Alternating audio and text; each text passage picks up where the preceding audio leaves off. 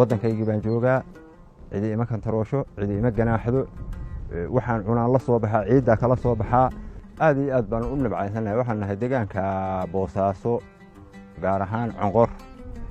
beeraley baanu nahay, xoolana waa ku dhaqannaa, iyo badnaanba beeraha aad baa looga shaqeeyaa. ninba inta awooddiisu leeg tahay buu la soo baxaa.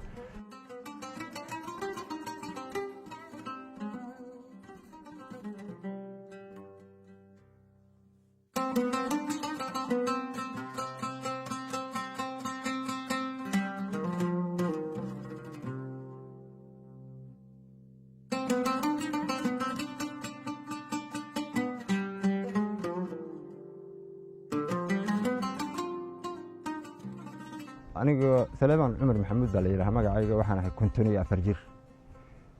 waxa caruur way joogtaa magaaladan deganahay, tuulada beeraha kana aragtaan beerta ugu sareysa baan leeyahay. alxamdulillaah rabbil caalamiin. dadkii waa wax shaqeeya iyo wax yar yar oo weli gacanta lagu wax walba waa leeyahay. alxamdulillaah waa fiicanahay. dadka waxaan ku dhiirigelinayaa weliba dhalinyarada in la tabcado dhulka in laga tabcado, dhulka in la eego. ninkii dhaqaale haystaa dhaqaalaha u horo, ninkii xoog leh xoog geliyo.